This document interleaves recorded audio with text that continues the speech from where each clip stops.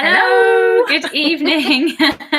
It is Beck Welcome. and Deb. Hi. And a very, very warm welcome to A very, our show. very warm welcome. It's absolutely boiling out in our garden. It's been a gorgeous day here, and we Yes. have just spent a little bit of time sort of sunbathing whilst brainstorming, a bit of work in the garden, and it was quite warm, and we've come in a little bit red-faced, ready for our show. I'm probably going to get cold. I had a jumper on underneath this, and Yeah. I've taken my jumper off, and during the show I'm probably going to get colder and colder because inside our farmhouse the walls are very thick, so it's quite cold inside even though it is boiling outside. So we might start shivering. We might. But yes, a warm welcome to our show Absolutely. this evening. Lovely to have you with us. I hope you've had a really nice week since we were last here, and if you've seen us in between, great. Yes. Not face to face, obviously. Obviously not. Online, of course. Hi, Becca. Oh, and there was one thing that I wanted to say, because it was interesting before we kind of start. Sure. The other day we were having an interview with someone, and they were kind of people who didn't know us very well. Yes. They were kind of talking. And so I'd just like to clarify, just in case anyone doesn't know, Beck and I do live together, which is why we can be together right now in the middle of this pandemic. We are not breaking any rules at all, meeting each other. We live together. Yes. We live together and work together. We do. Yeah, So we it's were all on an good. interview, and someone kind of, after a couple of minutes, they were in America, so I think the rules are a little bit different and stuff. And they kind of looked at us after a while and said, "How are you getting around the rules and actually being together?" We were like, "Oh, you don't know we actually live together." We haven't tried to twist any rules at all, just to kind of put that out there. So Just to yeah, clarify. good So, point. yeah, I thought as we were moving on, and I know we've had new subscribers and different people watching our YouTube channel. So I just, kind of wanted to clarify. We are auntie and niece, and we share a home. We do. So we wanted to share, just before we got started, some of the things that are kind of coming up and what we've got happening. We have just this afternoon, as we said, been out sunbathing and working in the garden, brainstorming some stuff we're going to kind of do over the next couple of months, on the presumption that it's all going to have to be online. We've come up with some fantastic ideas. We've got some really, really great plans. So we just thought we'd tell you about a couple of those, little spoilers, because they're very much in the early stages at the moment. But we've got, one of the things we're going to do is start to put together some short videos around some really hot topics, some things we really think will be of interest to you, and put them together as just little packages, little products on our website, completely standalone, just the kind of video or videos that we put together around topics that we think might be of interest. So our first thing is to say, if there's something, we're looking maybe at anxiety, relationships, of course, money, maybe some, stress, depression, those kinds of things.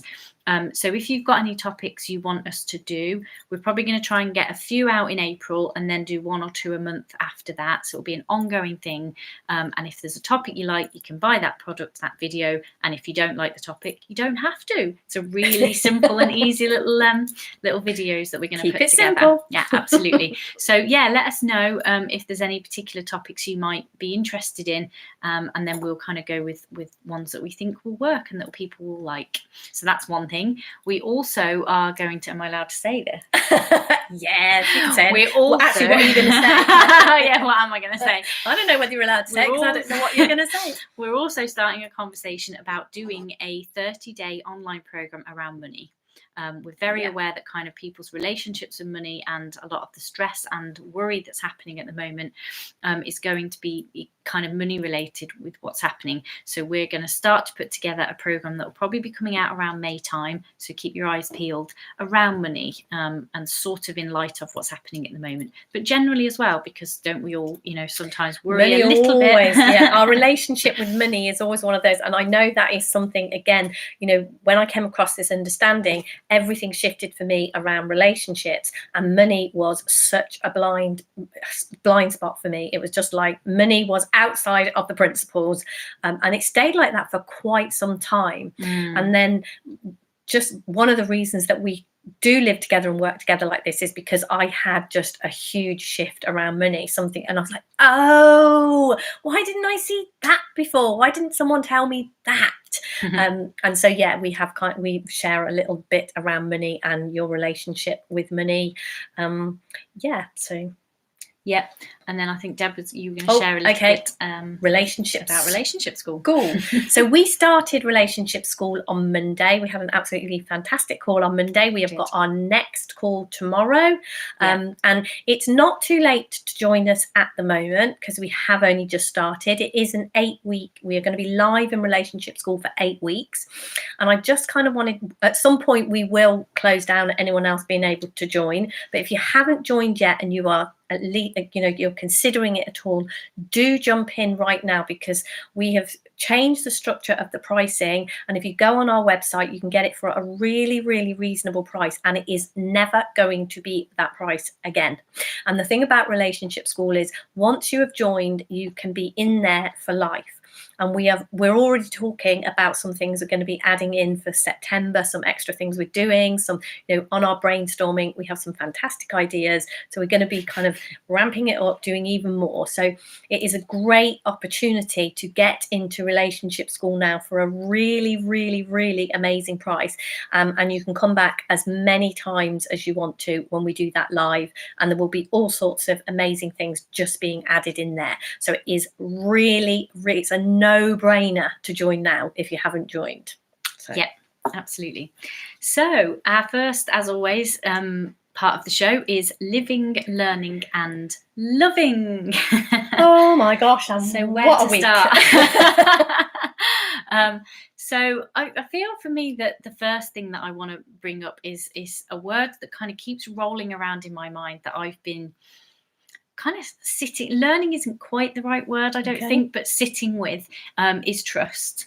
And I know that's something that both of us has definitely it's come up a few times in things we've done, both things people working us on our coffee and chats and things, that has come up a few times. I mentioned it in my blog as well this week. And it's, for me, that's around what we share, and kind of what we talk about is something we share and say it's 100%. Like, we talk about our experience coming from thought in the moment 100% of the time.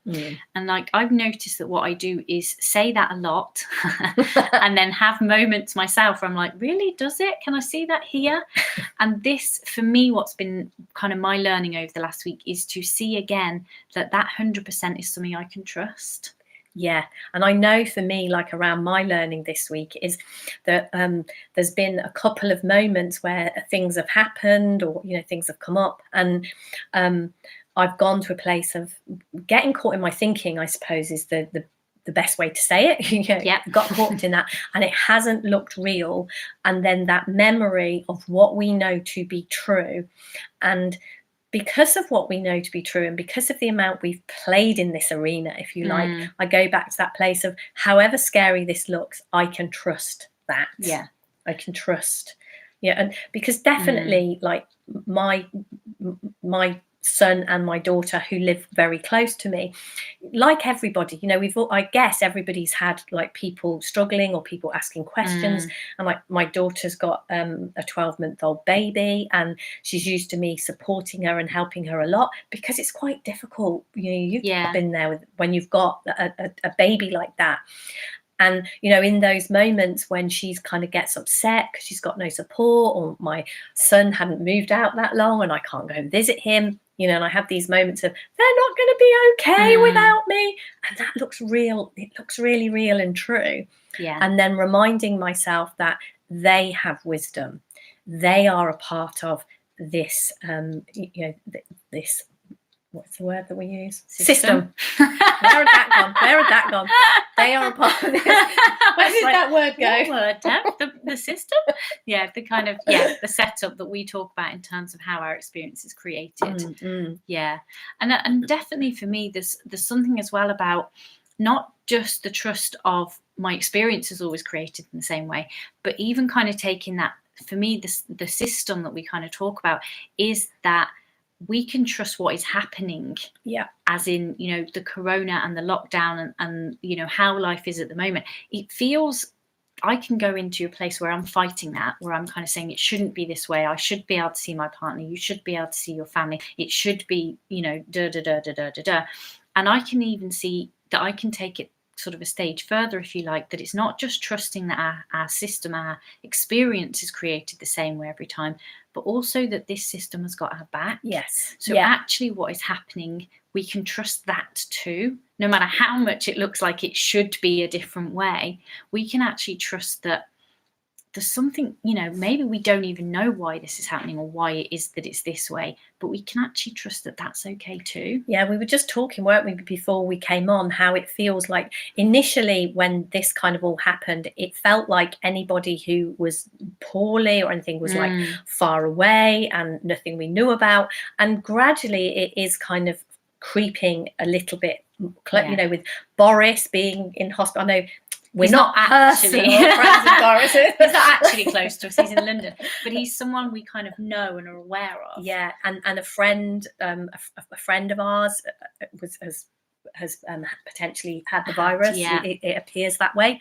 So yeah, and we were just kind of saying it feels like things have changed a little bit, and for it potentially there, it would be easy to kind of go into that place of it shouldn't be happening like this. I'm a little bit scared. And then again, it is like to kind of go, actually, what we know, what we understand about this, we can trust. Yeah. And even if I think when we kind of say things like, oh, I know that this system has got my back, we have an idea of what that is. Yes. And that's where we kind of, it's like, so if this system has got my back, blah, blah, blah, blah, we fill in, this should happen and it should be like this. And it's kind of seeing, this exactly what you were just saying then, this system has got our back and we have no idea what that means. And kind of letting go of the idea that we need to have an idea, that we need to know who should be where, who should be speaking to who, how this should play out. And I don't know about you, but my mind is really, really good at kind of making up who should be doing what, where they should be, who I should speak to, who I shouldn't, what I should be allowed to do. It's really interesting how all of this kind of hits things in us like that, isn't it? Yeah, definitely. And like even the kind of, for me, the trust again, it goes even further because it's that whole, oh, you've got to just keep going. I just have to, yeah. I've been seriously learning this week. I can't even tell you. Like even the kind of, we were just before we came on, we were having a conversation because many of you might know my partner lives in Birmingham, so I'm not seeing him at the moment. And kind of we were talking about, am I kind of okay with that? And definitely there's a part of me that's like, no, I want to see him. Like he's, the whole point of us being in a relationship is because we like hanging out. That's like, so if I can't hang out with him, like where does that kind of leave thing? And obviously at the moment that's a very short-term kind of thing, but it's sort of a, yeah, I am okay with it. And no, I'm sort of not. Like I'm having some thinking, I'm having some thoughts at times. Oh, sorry. That say, shh, Deb. Deb needs to learn to put her phone on silent. Yeah. No. It's kind of, I'm seeing the places where I'm having the thinking that says, no, I'm not good with this. This isn't what I want. I want us to be in a relationship where we see each other regularly. That's kind of how I've designed my life. So it's not okay that that's happened. But I've kind of, and then we kind of have the conversation, well, what happens in these scenarios where it feels like this is getting closer and people we know are starting to get symptoms or maybe get poorly. What happens if my partner gets poorly or Deb's son gets poorly or whoever I kind of need, then what? Then is it still okay? Then can I still trust the system? Because now it's me, now it's personal, now it's my people. Can I trust it there? And definitely what I've been looking at this week is, yeah, I can. How? I don't even know. I just know that something in this conversation and something in this understanding invites me to see the places where I can trust it. What's coming to me when you're saying that is that whole wisdom and how we can trust, and what happens is of the moment. Yeah. And it's like all we need to know from this place is that moving forward we can trust what happens next. Yeah. But then we kind of make up a scenario of what if someone close to us gets poorly, how can we, how does that work, what do we do? And when we're moving into the future and doing that, we've got an incomplete equation then, because we're not there is a piece missing, because that isn't what's actually happening. And wisdom kind of kicks in when we are in that situation. So from here, all we can do is say, whatever unfolds, we can be okay with what unfolds when it unfolds. So it is one of those things. And I think it's really easy to get scared and to get into our head when we project forward and try and work out because it's very easy to say, oh, that's it. You know, if Andrew gets poorly, I'm going and I'm going to do this and I'm going to see him no matter what anyone says or this. And the truth of it is we don't know. We don't know how I'm going to. We don't know. But what we do know is that we will be able to trust our wisdom in that moment. Whatever unfolds in this for any of us. And that, I guess, is kind of what is on offer here. It's not that, you know, understanding the principles isn't something that's going to say, so you won't get the virus and nobody you love will get the virus and nothing bad will ever, what we label bad, will ever happen in our life again. But what it does do is it opens up for us to begin to see that no matter what unfolds, this place that we point to where we are always okay is always still going to be there and be available. And if we kind of stay in this moment and trust our wisdom, it never ceases to amaze me what people, when we come back here like that the solutions that people come up to, with the ways that people deal with whatever is going on. You know, that's why human beings are so flipping mind-blowingly, amazingly awesome. Because when we come back to that, see that we can trust. And we do that whether we know this and understand this or not. Yeah, that's how we designed. That's the whole kind of system, isn't it? Becca's comment, I'm going to read it out. So that's how I feel with my family. What me was explaining about my partner. I should be able to see them. Yeah. So Becca, I think if it's all right, we'll our topic a bit later actually might touch a bit more on that, if that's okay, because I'm kind of some of what Deb was just saying there, and some of what I think will come out in our topic will touch on that. Where the places we go to about, you know, I should be able to see them, I should be able to this, or I should be able to that. And I can definitely go into those moments, you know, with my son and my daughter. And certainly, you know, with us, we work a lot with people around their mental health and things. And I kind of look at them, and if they're in a moment of struggle, I kind of think, oh, their mental health's way more important than some stupid virus that they'll probably never get. And I should be able to go and see them. And then I realise that I'm up in my head and my thinking is going absolutely crazy. And I come back to my wisdom in this moment and trust that. But can totally identify with that, Becca. yeah, totally. We've also had a comment from Gavin. So I'll just read out. One could go and see any of these people. One needs to be aware there may be consequences to one doing that. Yeah, and again, to me, that's the kind of, we'll touch a little bit on that in the topic. Yeah. So our topic is, I want to be okay, but, and I think kind of what Becca's saying and some of what Gavin's pointing to there, I think that we'll bring that in, under that kind of, that topic, I think. Yeah, absolutely, absolutely.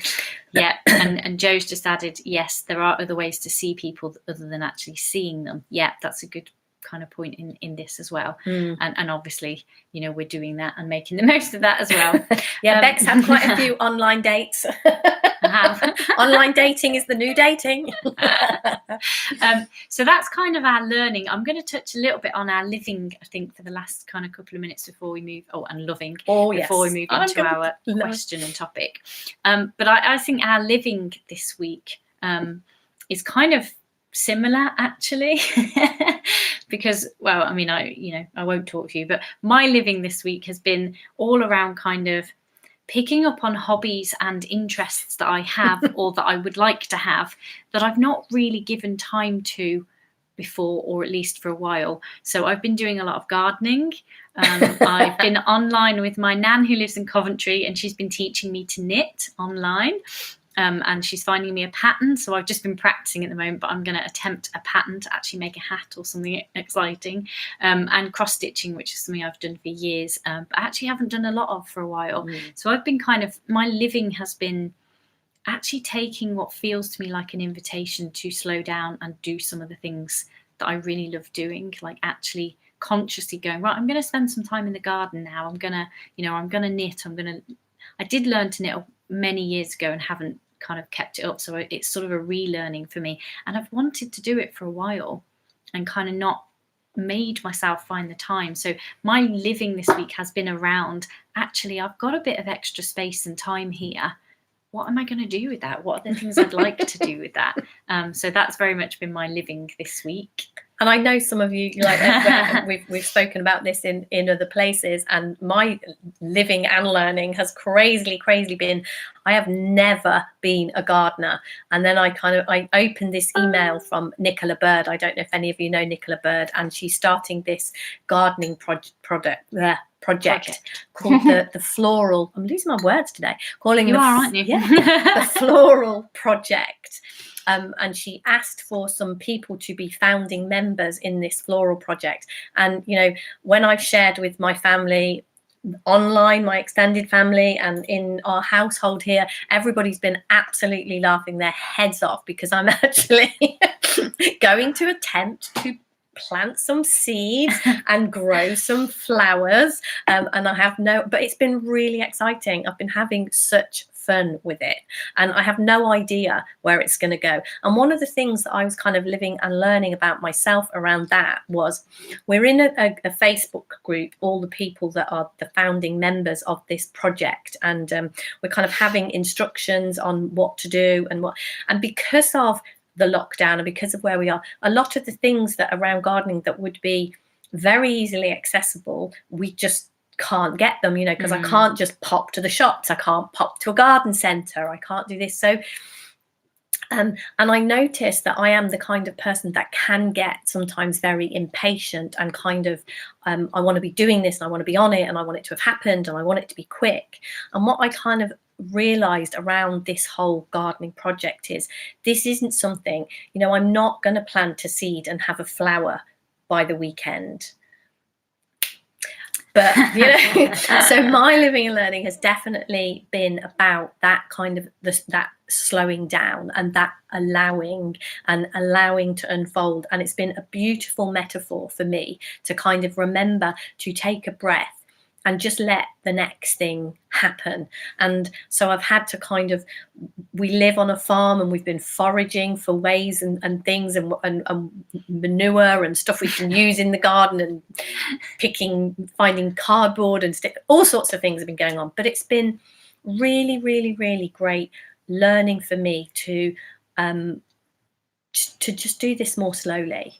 Because I know, you know, if this had have happened before all this, I would have just gone out, bang, bang, bang, got this sorted, done this, next. And it's been really good, I think, to just take a breath and trust that when my flowers are supposed to be blooming, they will be. So watch this space around the garden, because who knows what's going to happen. And feel free to ask me how I'm getting on with it, because I'm kind of putting it out there because I'm aware that it might be something I think, oh, what on earth did I get myself in for, and stop. But I'm interested to kind of see how it unfolds and what happens, what comes from it.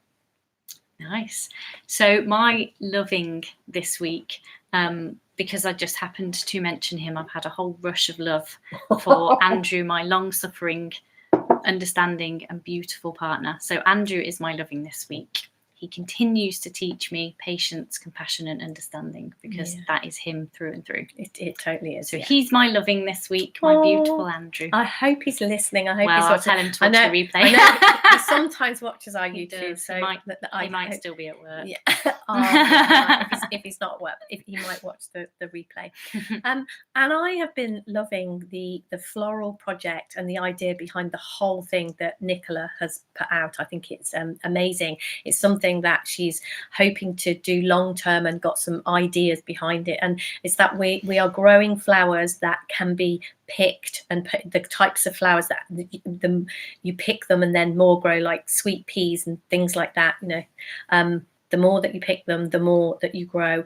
And the idea is that we can, when the world kind of comes back a little bit, we can gift these flowers to people who maybe haven't got a garden and got that, you know, we can give away these flowers. And I just love the idea behind it. I love what she's doing, and I'm absolutely loving, up until now, the whole creating this garden, and see that the whole idea of the creating of it all. So yeah, I'm loving my floral project that I'm a part of. Cool. So our question this week is, what is this understanding in a nutshell? So if you've seen or watched anything at all of ours before, you'll have heard us use phrases like this understanding and this conversation and these principles. And if you're brand new, if this is your first time you're watching this or whatever, then you'll notice that happens a lot as we're doing these videos and these shows. When I first came to this understanding, when I first understood we fling this, that around a lot, don't we? Yeah. So we actually thought it might be quite nice if you are new, and if you're not, it's a really nice refresher to actually talk about what this understanding is in a nutshell. I think it's always really, really useful to go back to the beginning. And I know, whenever we do group work, when we, were allowed to actually have physical human beings in the room with us, it was always good when there were new people there to kind of come back to that. So what this is. Yeah. So just to kind of clear up this, just in case there is anyone out there, when we talk about the principles or the three principles, they're just 3 words. And I know when people first used to say to me, the words don't matter, I'd be like, yeah, but what are they? So tell me anyway. The principles are mind, thought, and consciousness.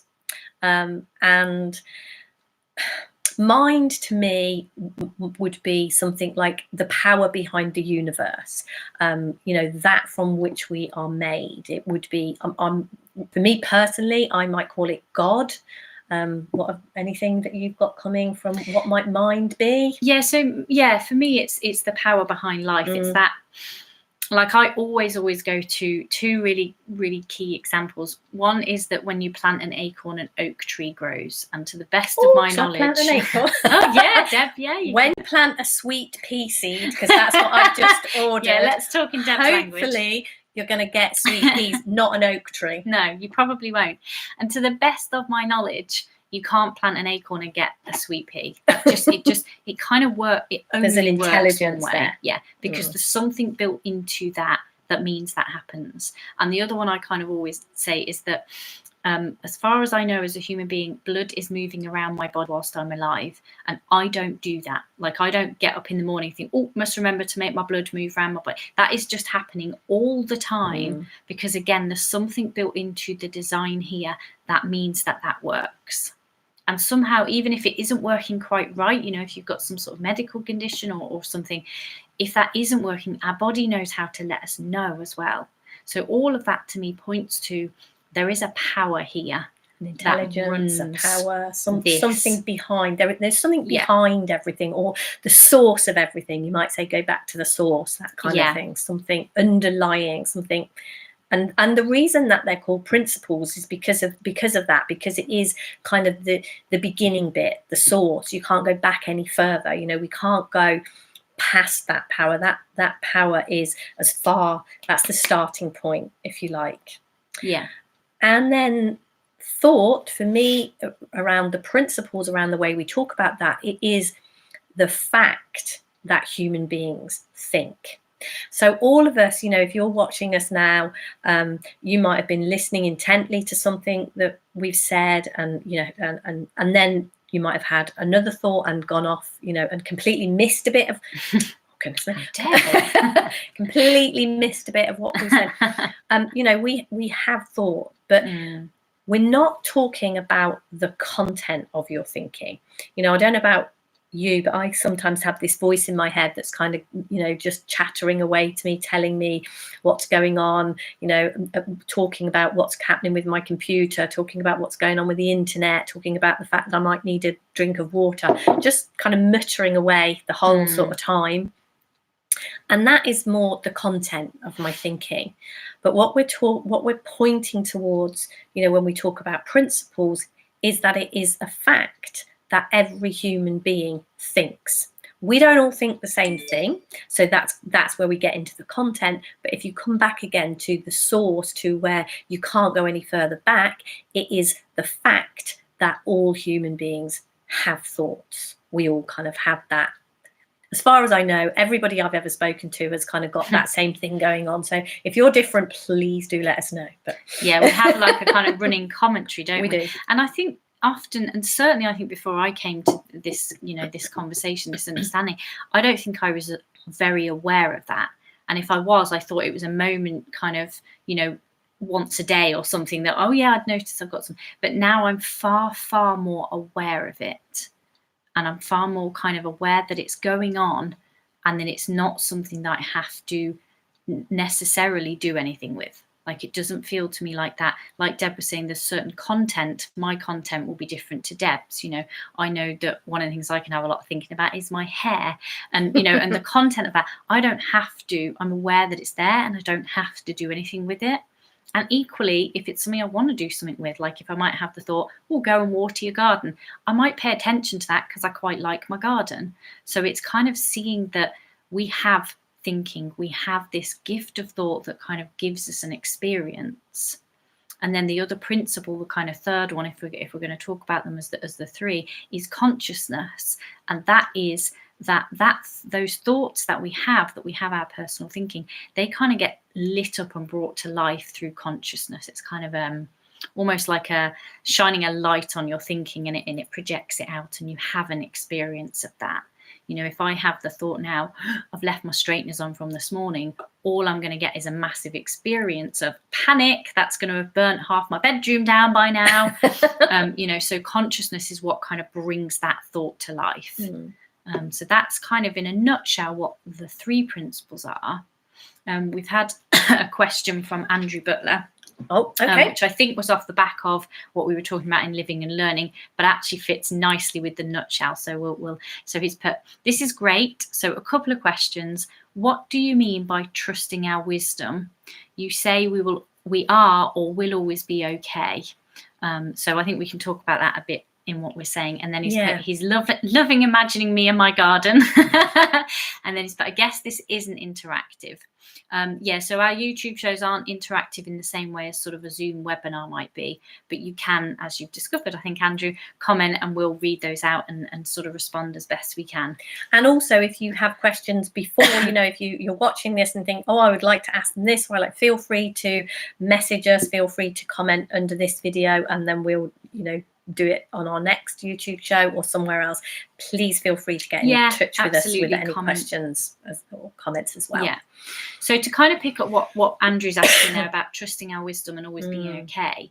So kind of the nutshell we've just described there about the three principles, to me, that's an explanation of how life actually works. Like in every single moment, every human being, that is how life is created through us. There's some sort of intelligence or power, the universe, God, life, whatever you want to kind of experience as, that is powering, and something is creating it so that I feel like a human, Deb feels like a human, you feel like you're having your human experience. That's kind of how life is happening. And we have that thinking, and that thinking feels real. We get a whole experience of it.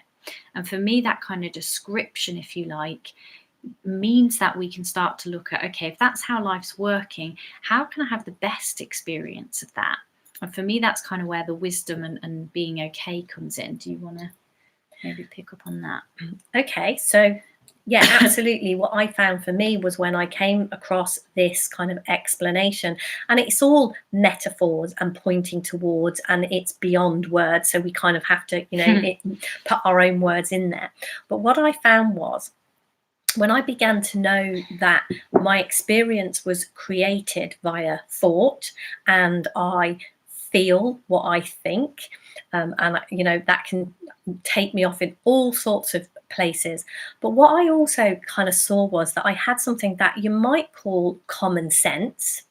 And certainly initially, when I came across this, what I would do, when I would have conversations about that, if I would just do something really stupid or really, ridiculous, I'd kind of afterwards, I'd think, I sort of had a knowing that that wasn't going to turn out great for me. I kind of knew not to do that. Like, I remember one time years and years and years ago, I was really, really mad, and my kids were arguing, and I was just really, really, really mad, and I was going to make a cup of tea, and I had the teapot in my hand, and I was just really furious, and I threw the teapot as hard as I could at the floor. Yeah, it is so unusual for me to do things like that. Can't imagine you doing that.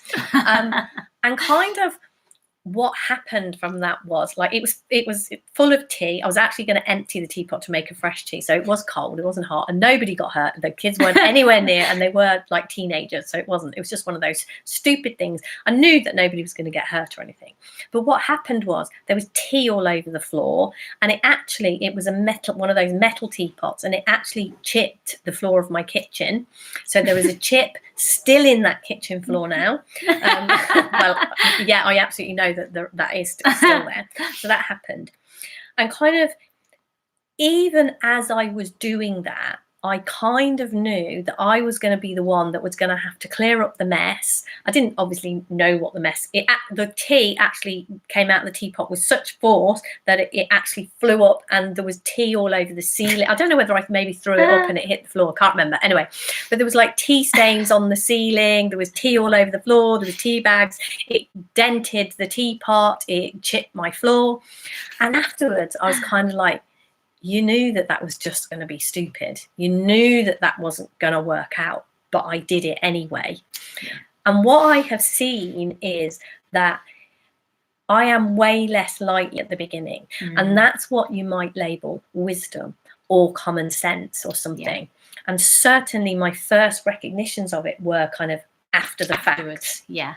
Yeah, and I know for me, some of you will perhaps know a bit of my story, but I was working with someone, and it kind of, and it was only kind of on reflection afterwards, a little bit like Deb was saying there, that I kind of recognised a time, sort of maybe a year earlier, where I'd had this kind of feeling, if you like, a kind of instinct, like your common sense is stirring in you. It was a sort of an instinct saying, you need to leave this job, this isn't healthy for either of you, like this is a move away from this.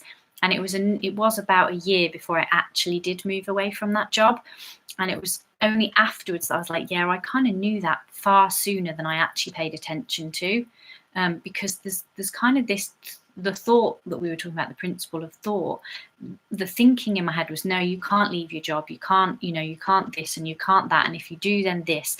And the thoughts and the thinking was far louder than that kind of instinct, common sense that I knew was there and just didn't give it much attention. So for me, the kind of being able to trust our wisdom is about knowing that when we talk about there's this power or intelligence behind life, we are a part of that. As human beings, we are not just human beings that are born, live and die. There's something more about us. There's like a kind of spiritual essence. We are that same essence that powers this whole universe, that makes the acorn grow into the oak tree. Or the sweet pea seed grow into a sweet pea. Spot the new gardener. We are that same power and that same essence.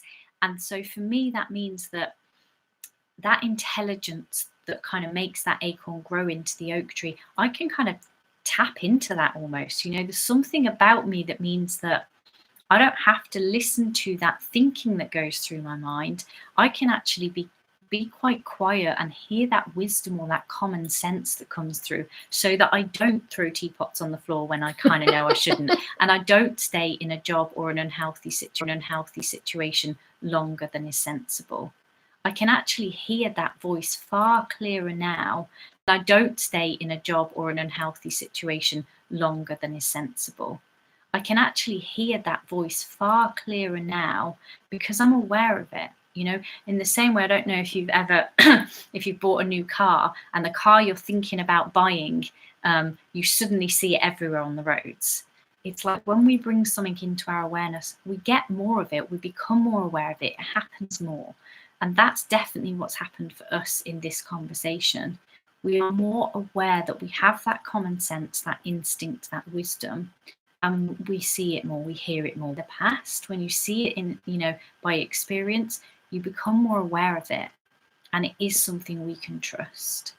What's coming to me around that, going with the trust, and that's what I also see is, like, when you were talking then and you kind of said you were having, your wisdom or whatever it is stirring within you, kind of saying, leave this situation. Yeah. And then your thinking comes in and kind of says, no, you can't.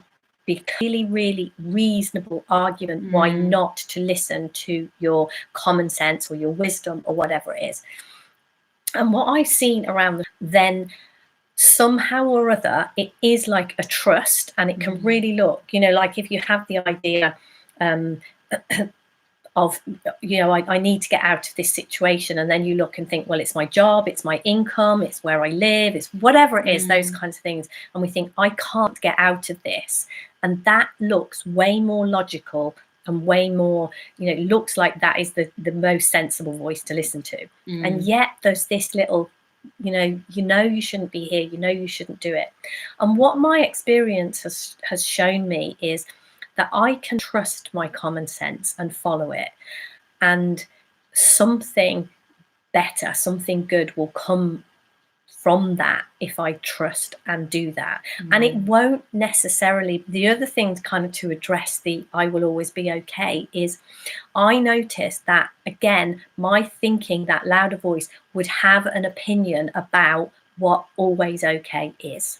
And I think that is kind of how we can get confused when we sort of say there is a deeper okayness about you, that you will always be okay.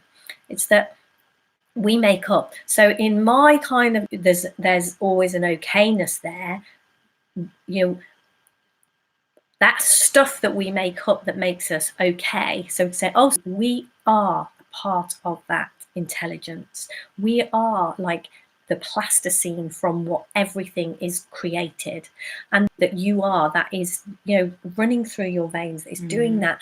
You can't remove that from you. And you know, when this human whatever it is that's going on here ends, that's where we're going to go back to. So, and I don't know how that works. I don't know what experience, if any, I don't know what happens after that. But what I do know is that when human beings are pointed towards a truth and we hear it beyond our thinking, we get to feel incredibly peaceful. We kind of, there is something in us that recognizes that and knows that. And sometimes it takes a little while to get past that thinking, and sometimes we do stupid things like throw teapots and we don't listen, and we kind of think, no, if my okayness isn't that I'm fit and healthy and got a job and got a partner and I'm not interested, or whatever it is. But in my experience, people continue to come back and get curious because there is a pull in us, because it is a deeper truth. Every one of us, whether we know it or not, are searching for this truth in our own ways. And we continue to kind of look for it, and we recognize something in this and are pulled and get curious to find out more. We've had a couple of comments to say that we're cutting out a little bit. So apologies for that. We normally get a notification if our internet's unstable, and it hasn't said that. So I think the only thing we can do is kind of plow on and hope that the recording has got all this, and you can kind of catch the end if you're missing stuff. So very sorry if that's happening. I think there's a lot more pressure on the internet with everybody being at home and everybody kind of using the internet a lot more. I think, the internet isn't quite as stable as it is. So massive apologies for that, but I don't think there's much we can do about it. No, so we'll plow on, and hopefully maybe catch some of it. Maybe we look at getting a cable from our internet box for next week and see if that helps at all. We'll attempt to plug directly. Thank you for telling us.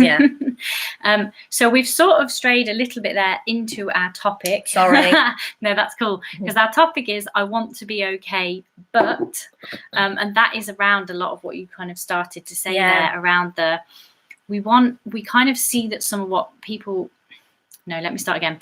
What happens for us often when we're having conversations with people is, often people would say, I can see what you're saying and I'd like to be okay, but here's what's actually going on for me, and I can't be okay with that. And for me, that very much goes back to what Becca had said right at the beginning about wanting to see her family and should be able to see them. And very much what kind of Gavin was touching on about. At me, it's around starting to be curious and seeing the place that we are okay, no matter what is going on.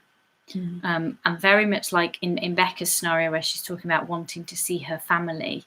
And it is like, I have thoughts that, you know, I want to see my partner in the midst of what's going on. But equally, even when there's no corona happening, you know, I can have thinking that says this should be happening or that should be happening for life.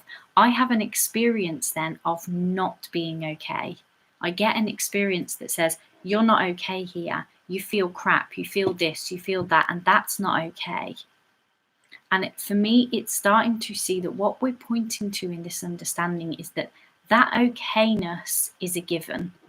Like you know, and another word I use for that is peace or love. That is a solid, that can't go anywhere. But what I can have is an experience of it not being there. I can have an experience that says I'm not okay or I'm not at peace. I can kind of go into a thought or a story so much that I have a whole body, you know, a whole body and emotional experience of not being okay. But what we're pointing to is that underneath that okayness can't go anywhere. What's coming to me when you're saying that is kind of like, if you're sort of saying, is that something we need to? Andrew's put, thanks, helpful, I get much of that. Great. Cool. And what's coming to me when you're sort of saying that is, if you take, you know, what we've talked about, this understanding, and if you sort of say, I can have the thought that I want to see Andrew and then have an experience that I can't see him and not feel okay. And it's like, if you didn't have that thought, if that thought wasn't in your mind, yeah, then all that would be there, you know, if you were just in your garden, you know, planting your flowers and playing around, you know, doing that, and you're not having the thought, I want to be with Andrew and this isn't okay, what's there then? Peace. Just, yeah, whatever is in that moment. Love. There is to see. Yeah. And the experience of not being okay comes from the fact that you have the thought that I want to see Andrew, and you believe that thought to be true. And I think since I have come across this understanding, I can have thoughts that appear true, but there's something in me now that knows that they are not. And I know that underpinning those thoughts is this peace and love. That's kind of the place where they arise in, if you like. You know, I'm in my garden, whatever, you know, sitting in the sun, just completely at peace, lying in my bed, anywhere, just completely at peace. And then a thought pops up. And it kind of pops up from, you know, it's part of this love, this wisdom, this peace, whatever that foundation that you want to call it. It arises in that. The thought that I want to see my daughter, I want to see my grandson, I don't want the world to be the way it is. And that was way before any of this was going on. You know, a thought would pop up. And if it, you know, and if being okay, that experience is playing out in this peace, this calm, this okay. And as soon as that experience, as soon as that thought passes, as soon as that thought is done, the peace, that foundation that was always there, that's all there ever is. And it never goes anywhere. A little bit like, you know, wherever you're watching us now, you know, if you're watching some kind of screen, I'm guessing you're seeing us, and we're here and we're talking and we're on this screen. I bet you've forgotten that what you are directly looking at is a screen, because you're seeing us or you're seeing, you know, whatever's going on. But the whole time you're looking directly at the screen, and the screen never goes anywhere. And even when we're coming in and out, you know, even when our sound is gone and it's like, oh, that's annoying, it's because you're focused on us and not the screen. But the screen, you know, that's what you're directly looking at all the time. And it's the same, you know, we are directly looking at our perfect okayness. We are directly, that's always there. And then we miss it because we have these thoughts that kind of come up and disrupt the whole thing, or appear to. Yeah. Yeah. And so for me, it's that kind of coming back to seeing that that's how this system works. Like the what we're sharing in a nutshell, like how it works is that we are going to have thoughts, and we're going to, and sometimes we're not even going to notice they're there. They just come and they've gone. And other times we're going to, you know, appear to be drawn into them and have that experience. But because that's playing out within this okayness and this peace, that's always available to us. So when we kind of hear people say, I want to be okay, but whatever comes after that but is the story or the thought.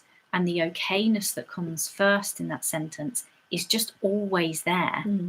There isn't anything that can take that away, because of the way this system works. As you know, we're 100% human and 100% spiritual.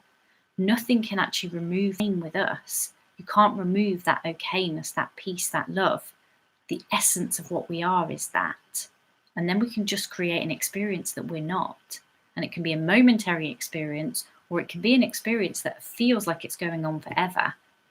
But it doesn't and can't change the okayness that we are. And for me, when kind of Gavin, one of his comments earlier was about, we are actually able to go and see people, but we have to face the fact that there might be consequences if we do. And to me, it's whether you decide to go and see someone or not in this, either way, the consequences, whether you have consequences or whether you're at home going, I can't see them, the okayness doesn't go anywhere. You know, because there might be consequences. I know in some places there's fines and there's people being kind of, you know, being arrested and stuff if they're breaking the rules. Those consequences can't take our okayness away. But equally, our okayness can't go anywhere if we don't see our family for a longer period than we like. So actually, whichever you choose to do, your okayness is intact. So then it just simply becomes a question of what makes most sense to you. From here, from this moment, from your okayness, what makes most sense to you? Andrew's commented, I'm just going to read those out. It's translating that knowledge sometimes into changing our thinking and behaviour, when sometimes there is real pleasure or enjoyment from the behaviour. The scales tip one way one time and the other way another time. Confusing and worried about filling the void. So I don't think that it is my job to change my thinking and my behavior. It feels to me like a byproduct of understanding means that my thinking, over the years, over the time that I've been around this, my thinking has got more and more healthy. And I don't think I have worked to have more healthy thinking. I don't think I've, to me, if I've worked at anything and it doesn't feel like that's necessarily the right words, what I have done is look to understand.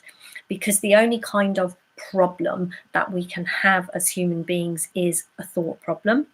And for me, that's as much as I need to confuse, you know, so then to me it's like, right, okay, if I know that this is a thought problem, how can that possibly be true? And get curious around there. And it feels to me, as soon as I get curious in that way, it begins to, the answers of the power behind life, in the same way as your blood is pumping and how does that happen? It's happening for you. It feels like when I get curious in that, okay, so how can this be to do with my thinking? It feels as if those answers come for me. And from there, my behavior changes. What I do, you know, I haven't thrown a teapot in a long time. Not that it's something that it was a one-off thing. It was never a regular thing. But no. Yeah, it's very much that, isn't it? It's very much, because I think when we kind of hearing what we share here, we talk about this as an understanding, because it's not head knowledge. It's not. You know, like to me, learning to drive a car is kind of head knowledge. I had to learn how to do the right things with the pedals and the steering wheel and the indicators. And that was head knowledge. And then I was able to translate that as I went out and started driving on the road. But this is heart stuff. Understanding is heart stuff. And what that means is that when we see this for ourselves in terms of our own thinking and our own behaviors, we don't have to translate it and work at changing our behaviors. And for me, there's something around, if there's a behavior that is genuinely pleasurable and enjoyable from a very genuine, heartfelt place, there isn't anything we have to do to change that anyway. But what I notice is that when we're asking questions like that, there's something in us that's saying maybe it isn't as genuinely pleasurable as we're telling ourselves it is. We were talking about that earlier, weren't we? Yeah. We were talking about, because I know a lot of the time when people talk about this understanding, you know, that we did in the nutshell earlier, they kind of say, you know, listen for a feeling, you know, get into a nice feeling. And I think sometimes, you know, with certain behaviors, we can kind of go, well, I actually want that feeling. I like that feeling. And what I would kind of, for me, question there is that actually true? Am I being fooled? And one of the things that we talk a lot about is knowing yourself. Yeah. I know one of the times we talked about it, you know, a little bit, I guess, like the teapot. When I was throwing the teapot, for a second, you know, everything in me is kind of going, throw the teapot because you're really annoyed and you'll feel better. And for a second, I did feel better. I listened to that and I thought, yeah, I want that feeling. I want the feeling of the teapot slamming onto the floor because I'm really cross, you know, and it will really kind of, yes, that's what I want to do. And yet I also knew in that same moment that I didn't want that feeling at all. It wasn't a true feeling. It wasn't. If you'd have kind of stopped me and sort of said, right, okay, freeze frame here. Do you actually, is this truly a nice feeling? Is this truly what you want? The actual answer is no. I don't. And for a minute, it's kind of, I know that I've heard you talk about it as a false high. False high. Yeah, very much like that. There was some, for me, relationships was always a big thing. And I got into some unhealthy relationships. And they started out from that kind of what I termed the false high, the kind of place where it felt enjoyable and pleasurable, but there was something underneath it that I kind of knew wasn't. I kind of knew it wasn't real pleasure and real, genuine, heartfelt enjoyment. It was like an icky kind of pleasure. And so something in me always knew that that relationship was going to end up becoming unhealthy and actually not quite nice, not very good, and not something I genuinely enjoyed. But there was kind of a false high for, you know, in those scenarios, maybe a couple of weeks even, where it's like, oh yeah, I'm really enjoying this, but something in me knew it wasn't genuine.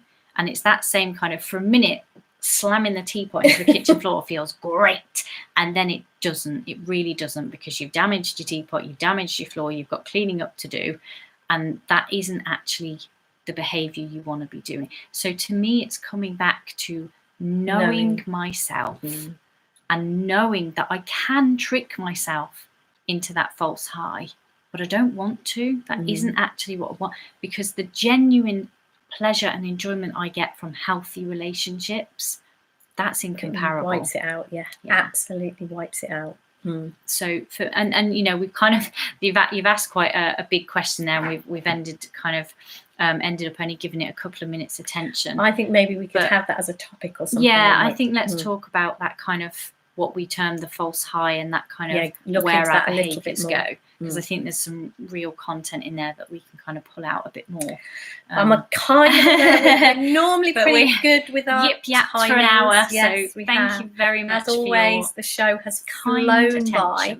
Thank you very, very, very much for being with us. We will be here again next week, and I think it will be 4 till 5 again next week. And our topic is going to be love and trust. Yes, and our question next week, very topically, is, can we stop smoking 8 years ago and it was easy, didn't even need to think about it, no idea why after trying for so many years? And that's it. That's kind of what we're pointing to.